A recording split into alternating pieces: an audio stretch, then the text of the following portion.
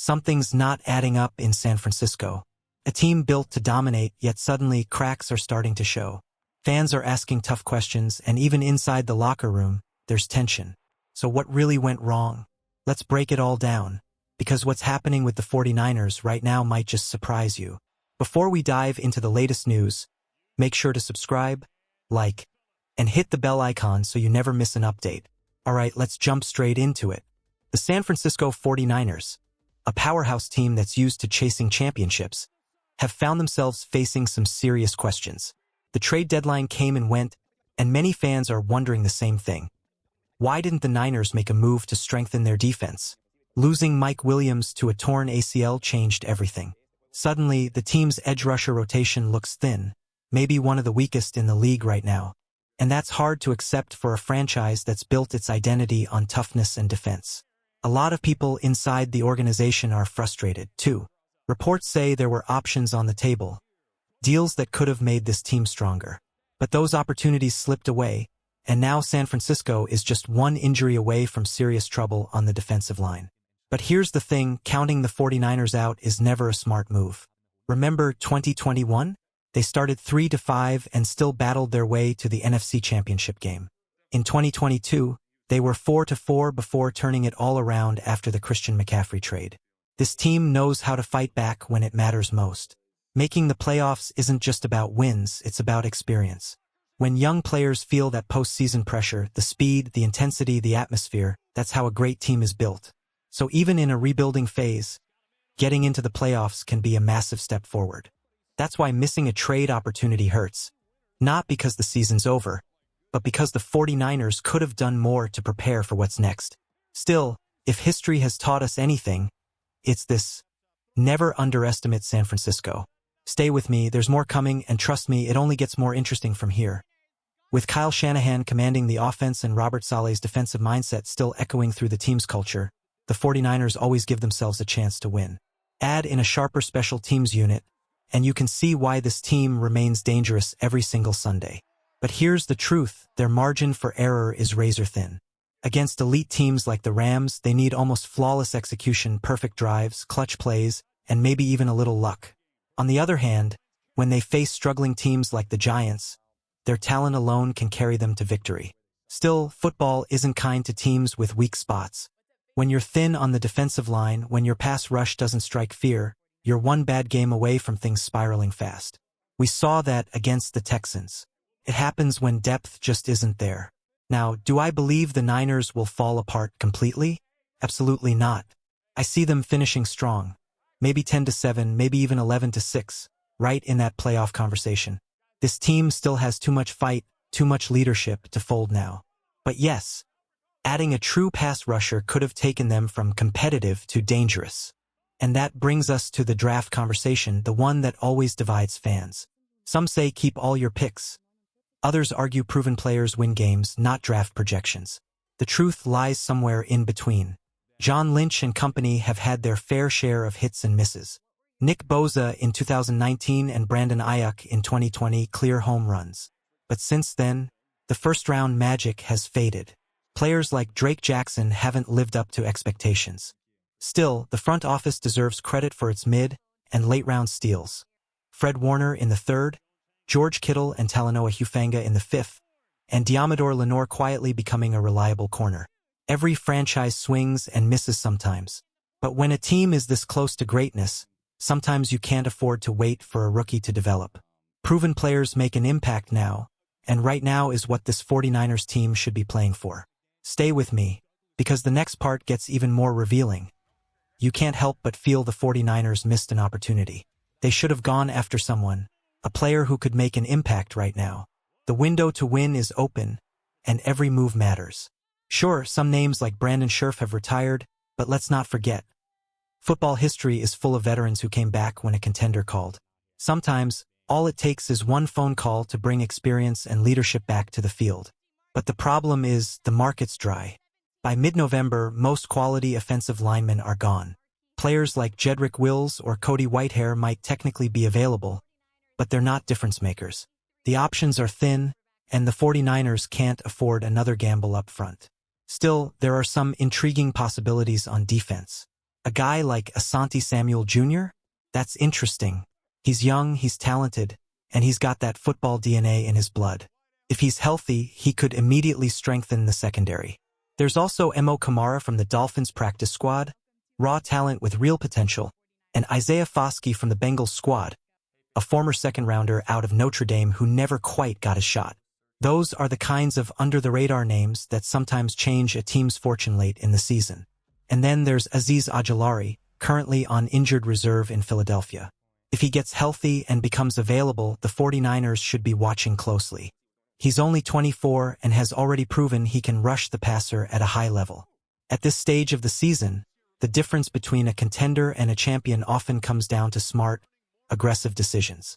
The right move, even a small one, can turn a good team into a great one. And San Francisco is just one spark away from finding that gear again. Stay with me because what comes next could decide how far this team really goes. Alright, let's shift the focus back to football because there's a big question hovering over the 49ers right now. Why did John Lynch spend a third-round pick on Nick Martin if he's not ready to see the field? It's a fair question, and fans have every right to ask it. Here's the truth. Martin's story is still being written. In the preseason, we saw flashes of what he can become: quick, aggressive, fearless. The guy plays with real energy, like he's willing to run through a wall to make a play.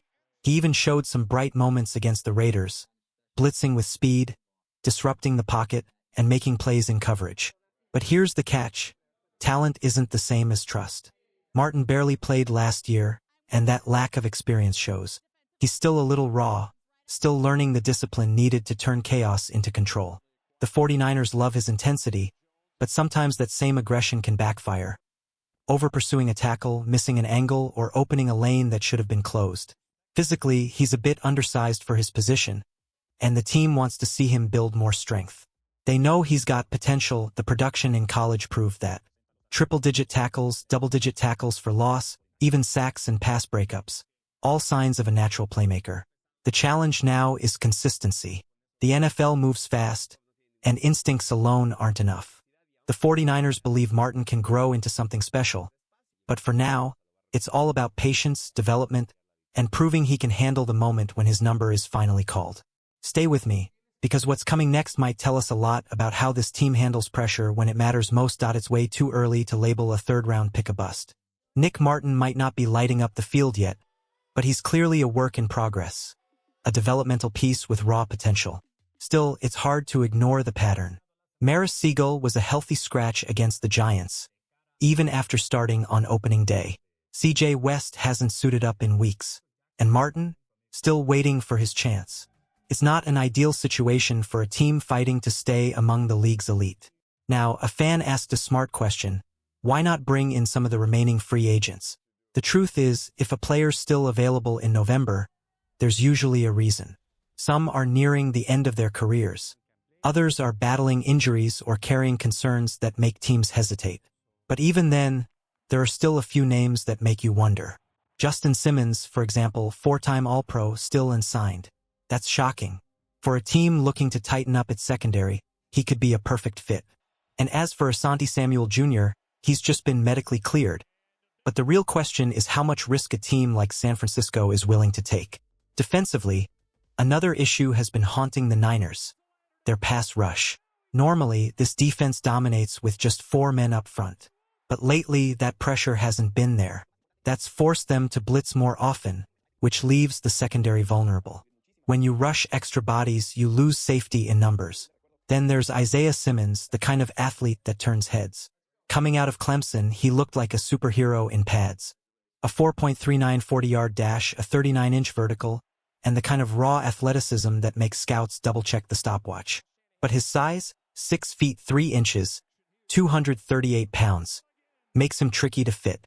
Too small to play defensive end in a 4-3 scheme, not consistent enough in coverage to be a true off-ball linebacker. He's that in-between player, a rare talent still searching for the perfect role. And for those wondering about the offensive line, at center, Matt Hennessy has quietly stepped up. A former third-rounder out of Temple, he's battled injuries in the past but shows flashes of solid, dependable play. When he's healthy, he can hold his own. And right now, that's exactly what San Francisco needs: reliability up front. Stay with me because the final part ties everything together, and it reveals what could shape the 49ers' future for the rest of this season. When it comes to the offensive line, Matt Hennessy might just be a slight upgrade over Jake Brendel, but the 49ers have deep trust in Brendel. If he's healthy, Kyle Shanahan is likely sticking with his guy. That kind of loyalty says a lot about how much the team values consistency and chemistry up front. Now, there's been some talk about adding Carl Lawson to the mix. On paper, it sounds tempting, a proven edge rusher with a history of getting to the quarterback. But when you dig deeper, it's a different story. Lawson's career has been a roller coaster. Flashes of brilliance early on, but injuries and inconsistency have slowed him down. At this point, he's more of a question mark than a solution. If the 49ers want to add depth, going younger might be the smarter move. Guys like Emo Kamara, Isaiah Foskey, or Antoine Powell-Ryland, players who still have something to prove and can grow into the system. It's not just about filling a gap. It's about building the future. And let's be honest, the NFC West isn't giving anyone breathing room. The Seahawks look dangerous right now. Their defense is playing lights out, their offense is clicking, and that mid-season trade for Rashid Shaheed might end up being one of the steals of the year. He's fast, explosive, and already making defenses nervous. Sam Darnold has found new life, and their play calling is sharp. The Rams are no easy out either. Every divisional game is going to matter, every yard, every drive, every hit. The 49ers might be 3-0 in the division right now, but the road ahead won't be smooth. They still have to face the Rams, the Cardinals, and close the season against Seattle. A matchup that could decide everything. One thing's for sure, San Francisco isn't backing down.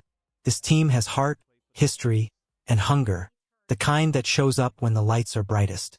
The season is far from over, and if the Niners can rediscover their rhythm, they'll remind everyone exactly who they are. Stay with me because this story isn't finished yet, and the next chapter could be the one that changes everything.